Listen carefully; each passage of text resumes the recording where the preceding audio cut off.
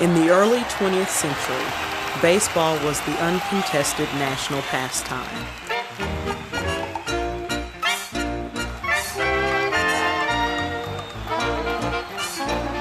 The best big league ball players were transformed into larger-than-life heroes.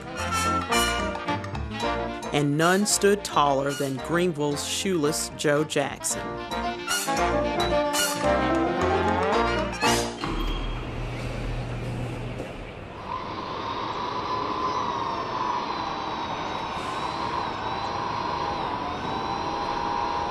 Joseph Jefferson Jackson began working in Greenville's old Brandon Mill as a youngster. The drudgery and hard work of Joe's days in the mill village were broken only by the weekly game of baseball played on a dirt field near the mill.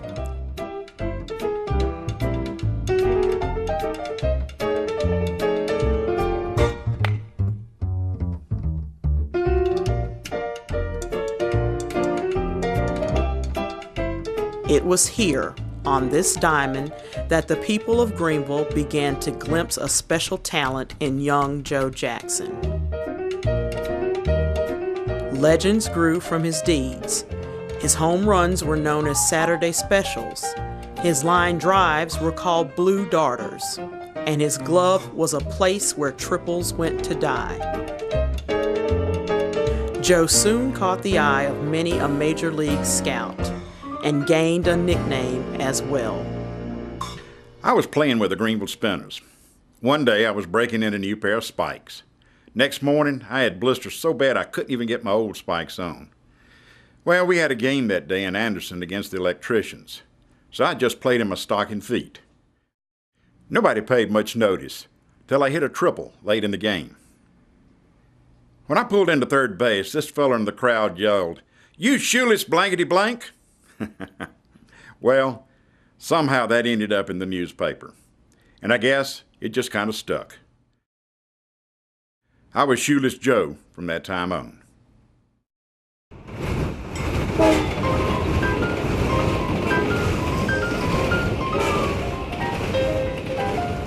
Joe spent the next 12 years thrilling the fans of Major League Baseball as an outfielder with the Philadelphia A's, the Cleveland Indians, and the Chicago White Sox, winning a World Series championship along the way. They say I was the greatest natural hitter of all time. Well, that's saying a lot with hitters like Wagner, Cobb, and Ruth around. I had good eyes, and I guess that was the reason I hit as well as I did.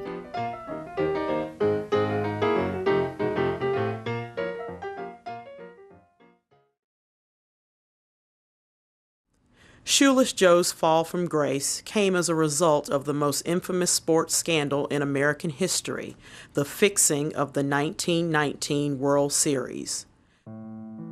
Joe got more hits in that series than any player on either team and committed no errors. He and 7 of his teammates were tried and found innocent, but were nevertheless banished from big league ball forever. Shoeless Joe was a gifted, simple man who found himself caught in a tangled web of treachery. He was in the wrong place at the wrong time.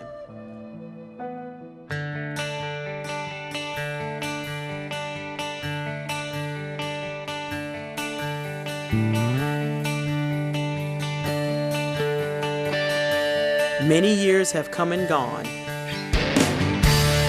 and America's love affair with baseball continues. Here in Greenville, the game has never been more popular.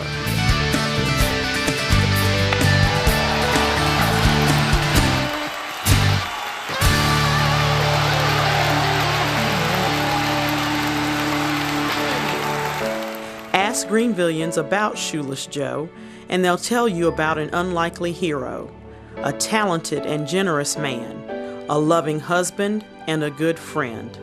A man who overcame steep challenges, a man who stared down his fears and accomplished far more than he ever imagined he would. I had a pretty full life in baseball, and I've been pretty lucky since I left the big leagues. I've got no axe to grind. I can say that my conscience is clear. God knows I gave my best at all times. No man on earth can judge me otherwise.